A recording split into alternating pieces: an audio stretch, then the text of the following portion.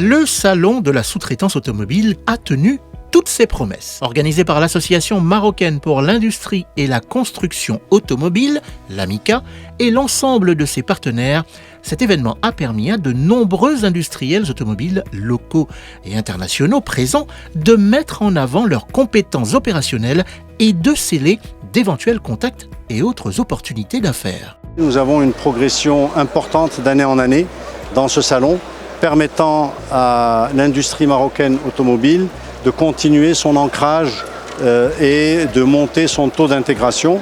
Nous sommes aujourd'hui avec Renault à 50,5%, avec PSA à 60% de taux d'intégration et des perspectives très intéressantes. L'autre élément fondamental, comme vous pourriez le constater, nous avons un intérêt grandissant des opérateurs marocains qui investissent dans ce secteur avec des réussites assez intéressantes et qui permettent d'avoir un ancrage national dans nos secteurs d'activité de plus en plus fort. Présidé par Moulay Hafid El Alami, ministre de l'Industrie, de l'Investissement, du Commerce et de l'Économie numérique, la cérémonie d'inauguration et l'ouverture des travaux de ce salon se sont effectuées en présence d'éminents acteurs du secteur industriel automobile qui se sont d'ailleurs succédés à la tribune, au rang desquels Jafar Emrardi, directeur général de Tanger Medzone, Jean-François Gall, directeur général de l'usine de Renault à Tanger, ou Mohamed Lacham,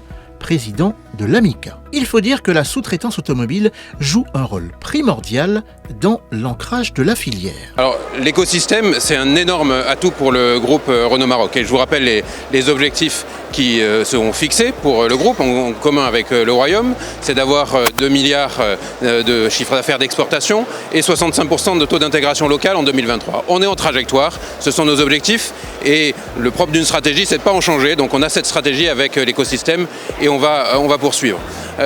On va chercher à atteindre ces chiffres et surtout à tirer tous les fruits de cet écosystème pour améliorer constamment la performance de nos systèmes industriels au Maroc. L'occasion était donnée également au ministre lors de son intervention de procéder, chiffre à l'appui, au bilan des réalisations effectuées à ce jour par les deux constructeurs automobiles. Avec les usines de Renault à Tanger et à Casablanca et celle de PSA à Kenitra, c'est tout un écosystème qui ne cesse d'enregistrer des avancées notables. Premier secteur exportateur du Royaume, l'industrie automobile suscite de plus en plus l'intérêt des investisseurs nationaux et internationaux, compte tenu de son attractivité et des opportunités d'affaires qui peuvent être concrétisées.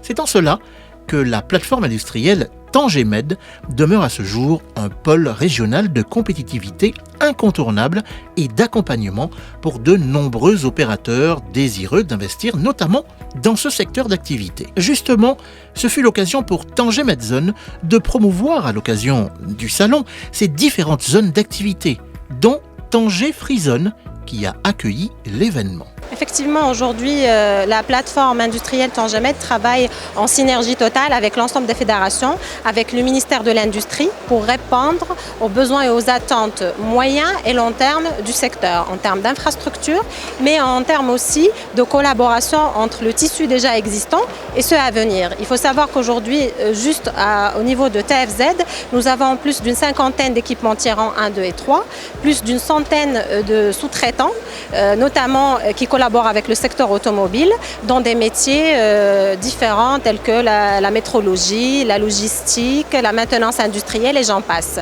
Notre rôle aujourd'hui, c'est d'accompagner tout ce beau monde, tout cet écosystème pour qu'il puisse trouver du business et que ça puisse être une installation réussie.